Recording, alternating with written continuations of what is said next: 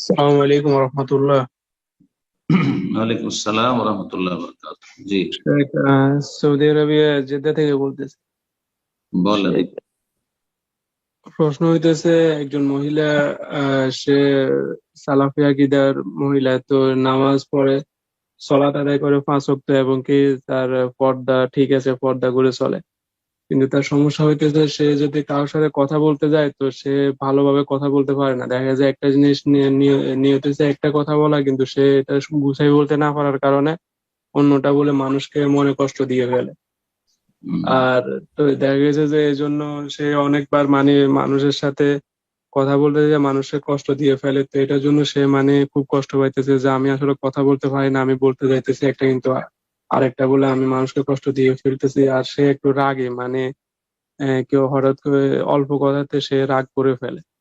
তো এইসব বিষয়ের জন্য সে একটু নুসিয়া চাইতেছে আর কি, সে এখন কি করবে, সে মানুষের সাথে কথা বলার ক্ষেত্রে আর তার রাগের ক্ষেত্রে কি করবে। তার জন্য এবং এইরকম সকল এই ক্যাটাগরি সকল ব্যক্তির জন্য, পুরুষ হোক আর নারী হোক, নবী সাল্লাল্লাহু আলাইহি সাল্লামের উপদেশ যথেষ্ট। মান কানা ইউমিনু বিল্লাহি ওয়াল ইয়াউমিল আখির ফালিয়াকুল খায়রান আও লিয়াসমুত। যে আল্লাহ পরকালে বিশ্বাসী, সে যদি কথা বলতে চায় তাহলে ফালিয়াকুল খায়রান, হ্যাঁ, যে কোনো কথা বলতে হবে না। ভালো কথা বলতে পারলে, ভালো কথা বলার প্রথম যোগ্যতা থাকতে হবে, ইলম থাকতে হবে। ভালো কথা বলার আপনার বলার ভঙ্গিমা থাকতে হবে যে ভালো কথা আমি বলতে পারি, কিন্তু এত আবেগী যে কথা বললে উত্তেজিত হয়ে যায়। হ্যাঁ, কথা বললে কন্ট্রোলের বাইরে চলে যায়, তাহলে বলবেন না। ভালো কথা বলার তৌফিক নেই তার, এলেম আছে কিন্তু তৌফিক নেই, বলতে জানে না, অথবা তার কাছে এলেমে নাই। তাহলে কি করবে? আউলিয়াসমত, চুপ থাকো। ভালো কথা জানো না, অথবা জানো কিন্তু উপস্থাপনা করতে পারবে না তুমি ভালোভাবে, উল্টো পাল্টা কাজ করে দিবে। হ্যাঁ, আহ গড়ার জায়গায় ভেঙেই ফেলবে বেশি।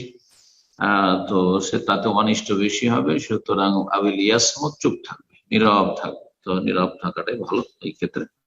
আর যদি দেখা যায় যে সেখানে অন্যায় কথা হচ্ছে, সেই মজলিস থেকে কেটে পড়ে সেখানে বসে থাকবেন। একটু আগের প্রশ্নে বললাম, কখনো জালেমদের সাথে বসে থাকবেন না, যারা অন্যায় কথা বলছে অথচ আপনি রদ করতে পারবেন না, সেখানে আপনি বসে থাকবেন।